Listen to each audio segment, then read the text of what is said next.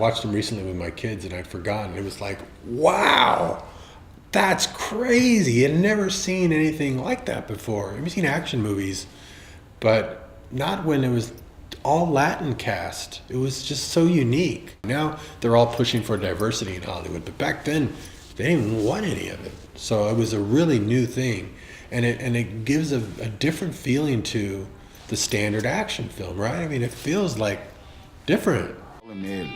As in though. I know what it means. I think what made it special was that it was just so new and different. It's because the filmmaker is different.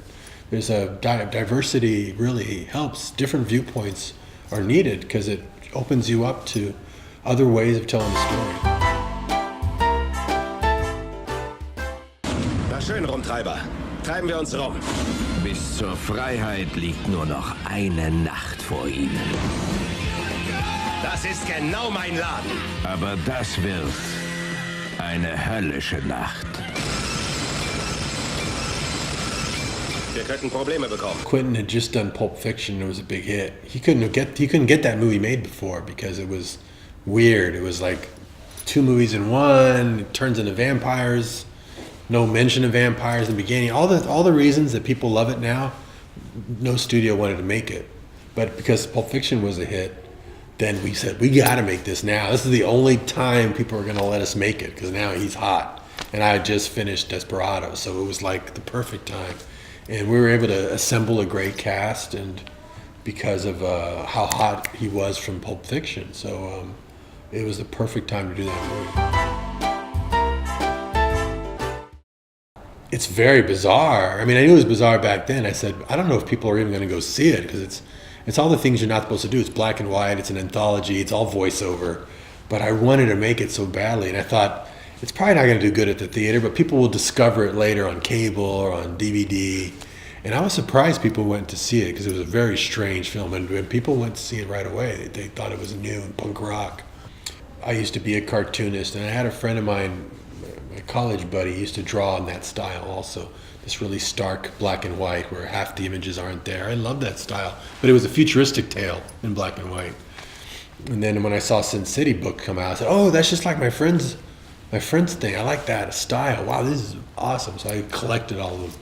And then years later, I got so high tech with digital filmmaking early on, shooting digital film, shooting on green screen, that when I saw the book again, I was looking at them again because I was always buying them again and again and again.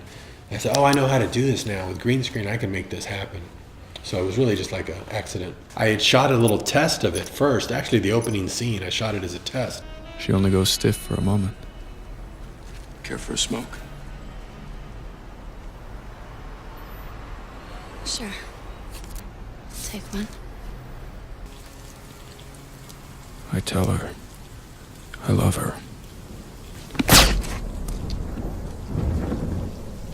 The silencer makes a whisper of the gunshot. So I was able to show the actors, and they'd never seen anything like that. So they all just jumped on the movie like that. It was easy to get cast in that movie because they thought, that's exciting, that's new, that's different, we'll be there. And you only need me for a couple of days? Shit, so it's green screen, so I could shoot people out like that. A lot of times, sometimes the actors weren't working with the other actor. I'd shoot one actor 1 month, and I'd shoot the other actor 4 months later.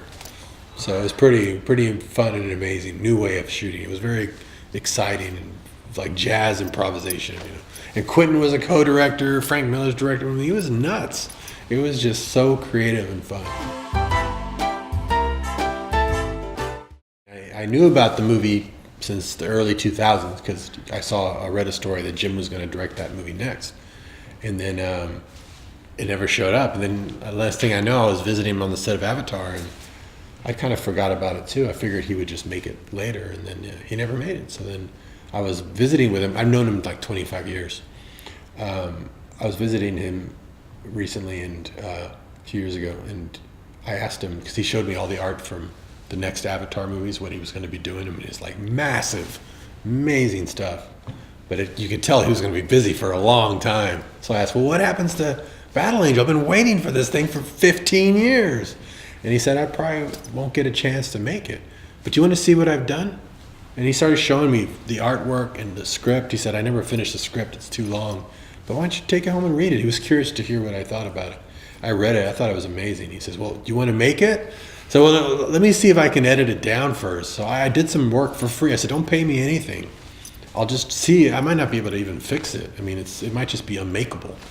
So I tried it, and I came up with a script, and he loved it. And said, right, let's go make it. He was like ready to go. Alita ist neu hier. Sie hat noch einiges zu lernen. Nichts fühlt sich einsamer an, als nicht zu wissen, wer man ist. Mit der Zeit kommt die Erinnerung.